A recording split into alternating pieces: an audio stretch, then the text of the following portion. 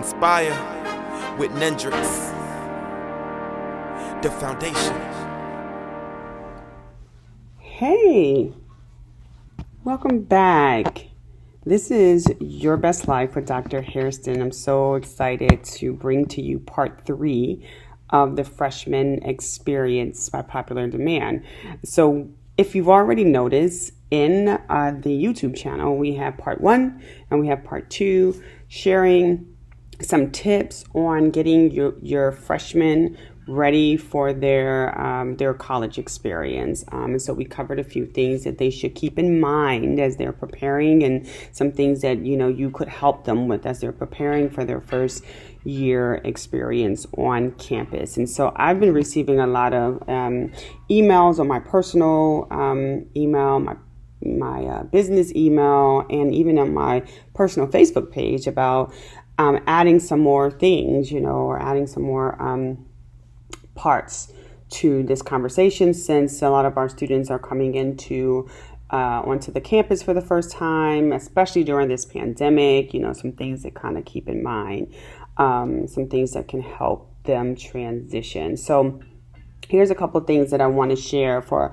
part 3 of the freshman experience. The first thing that I want to share with you is just be careful with how much stuff you're packing. Many of the universities across the country are having a bit of an abridged semester this year. So some of them will be ending at Thanksgiving, where the students aren't returning and until the next year, basically in January. So as opposed to before, where the kids would leave, or the young adults would leave in December, just about a week before Christmas, and then they would, kind of enjoy their Christmas and their New Year, and then come back maybe mid-January. So this is a little different in a lot of the universities. So just be careful about how much you're packing, because you're only going to be there for 2.5 months, and then or 3 months, and then you're like repacking these things. You got to find storage in some cases, especially if you are traveling long distance. We have some families who are literally traveling long distance to the city or the state and the city to where their student will be attending their freshman year, purchasing their items once they get there. And then when when the student are leaving at the end of the semester, they may want to take some things back because they're not nervous about leaving it there along. I mean, you don't have to unpack your room or pack up your room, but some students actually want to do that because they're so they take a few things.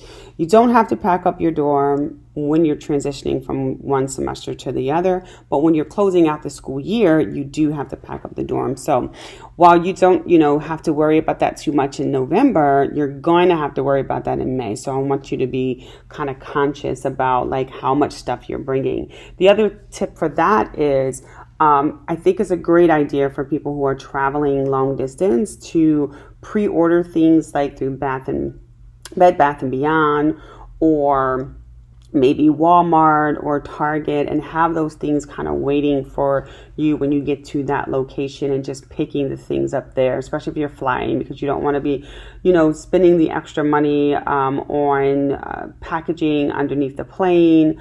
So it might be easier for them just to pack their clothes, a few, pieces of luggage with all of their clothes or the clothes that they need. And then when they get there, go shopping for the bigger bulk items. So that's if you're flying. If you're driving, it's a little different because you can probably just haul that stuff.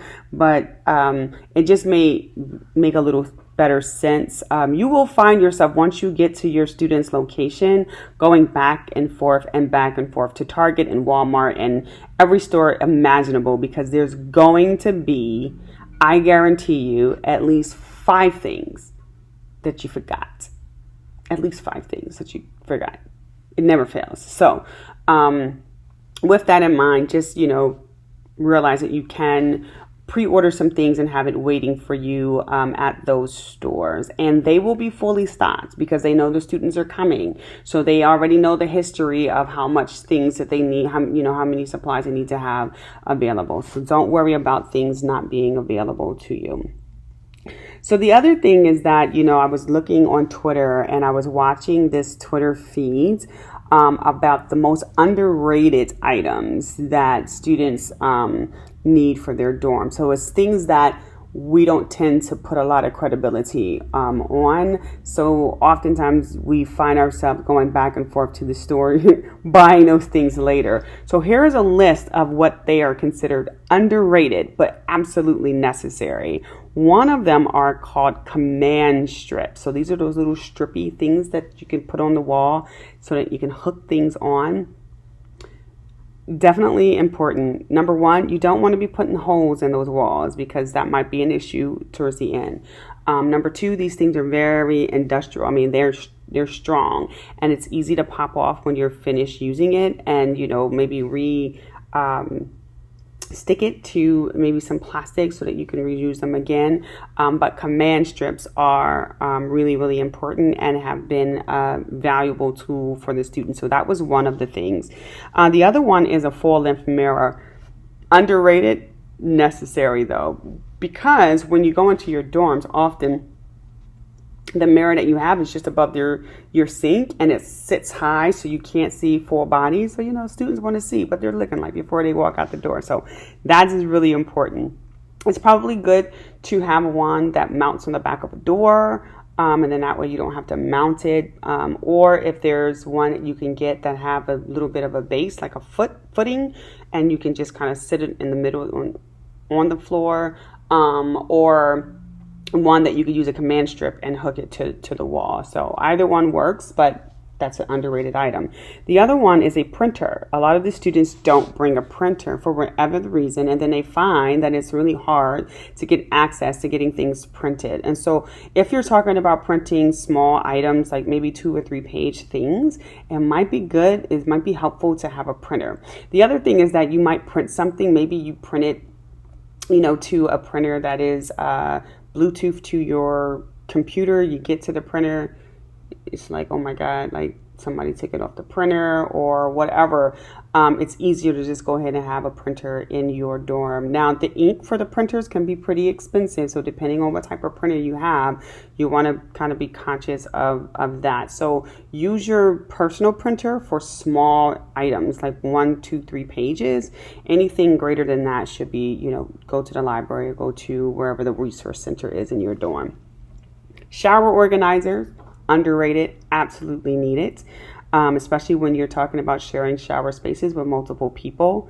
Curtains for your window, underrated, absolutely needed. What I've found was that students felt like the blackout curtains were really, really important because sometimes your schedule is a little off. The sunlight wakes them up in the morning. And so in order for them just to have, to sleep in, or maybe they're sleeping in the afternoon, or, sleeping through the day and having classes at night, the curtains will black everything out and it'll look like it's nighttime. So those are underrated. A diffuser or humidifier or some type of air filtration system, students, underrated, absolutely needed in certain dorms. So consider that. A trash can. I can't even believe that that's considered an underrated item.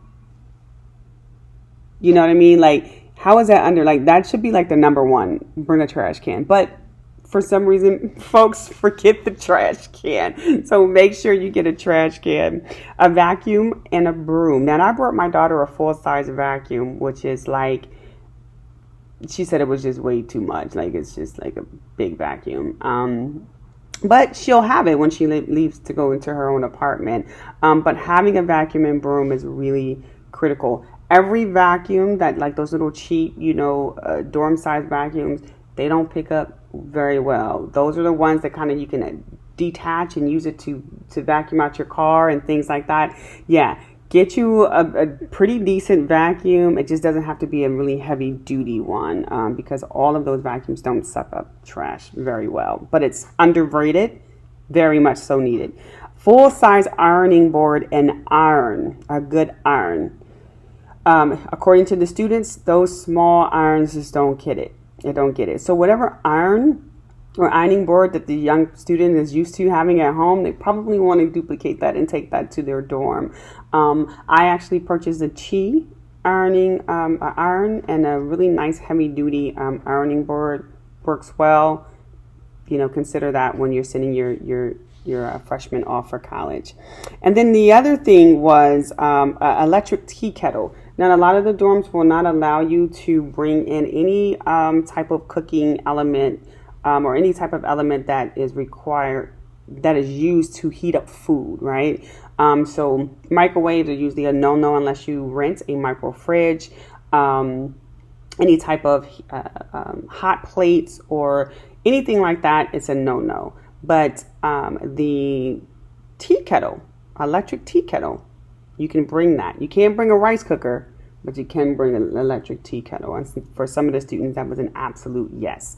And then the final thing is laundry baskets or grocery baskets, anything with wheels. Anything with wheels. So if that'll help for students when they're going back and forth to the market or going back and forth, especially moving in, having something with wheels, but definitely for later going back and forth to the market, or going back and forth to the laundry room, having something with wheels is really, really critical. So those are a couple of things that the students have mentioned that is absolutely underrated items, but it's critical for them to have. The other thing is that if you have not looked on your university's website so that you can find out what their COVID plan is for their campus, please do so. I know that many of the universities are hosting, town hall meetings and discussions and open dialogues for parents to log in through Zoom, ask questions ahead of time, so that all of their worries and fears and concerns about coming onto campus for this fall semester, can be managed. But it's going to be really critical for you as a parent and your child to sit down and look through the plan that your university has distributed to your students.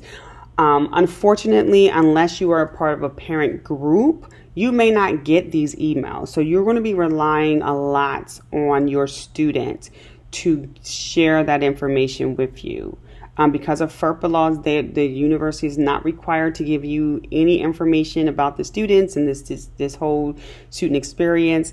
But if your students have you listed as the primary person to contact in terms of communication about these issues, you may be receiving the emails, but some parents are not. So you're going to rely a lot on your students to share the information. Sit with your students, read through the plan clearly, write down your questions.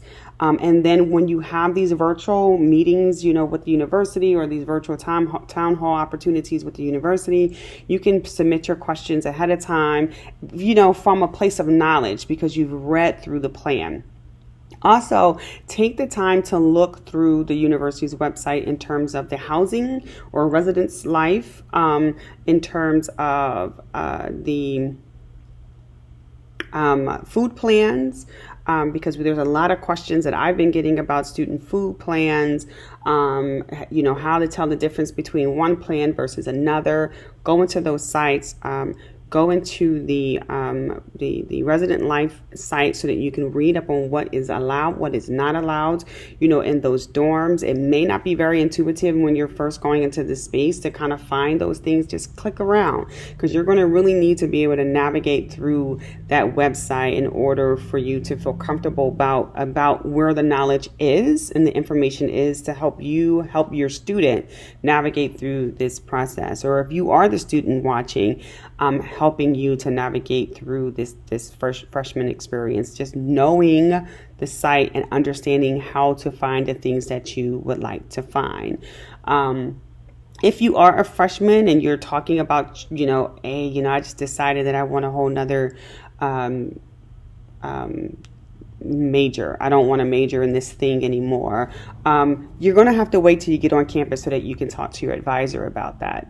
So be patient. There's a lot of things that are new, and a lot of our educators and our administrators are so focused on making sure that the campus is safe that there may be some delay in dealing with things like changing your major. There may be some delays in addressing things like your food, meal plan. It may be some delay in addressing things like who's going to be your dorm mate. Like there's something things that might be delayed because they are really trying to focus most of their energy in making sure that when you arrive on campus and as your freshman year, or any student that's returning, that it's safe. That is safe, and that they have everything in place to make sure that they can put the plan into practice, and create a safe environment. So those are some of the things that I would suggest that you guys pay attention to, making sure that the student is prepared in terms of packing and finding the best ways to get items on campus.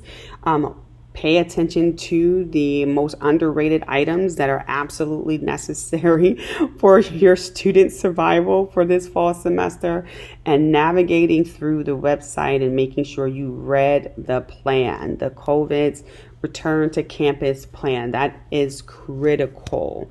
So that is part 3 of the college freshman experience.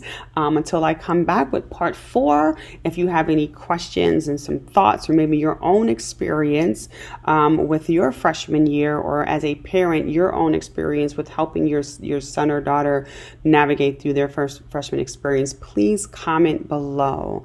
Share this video, like and subscribe, and just click the alert button so that every time a new video is published, you will find out about it first. All right. So good luck, freshmen. Good luck, and congratulations to entering your first year of semi-independence. I hope you enjoyed this message, and until next time, go out in the community and embrace someone. They're waiting on you, and continue to live your absolute best life.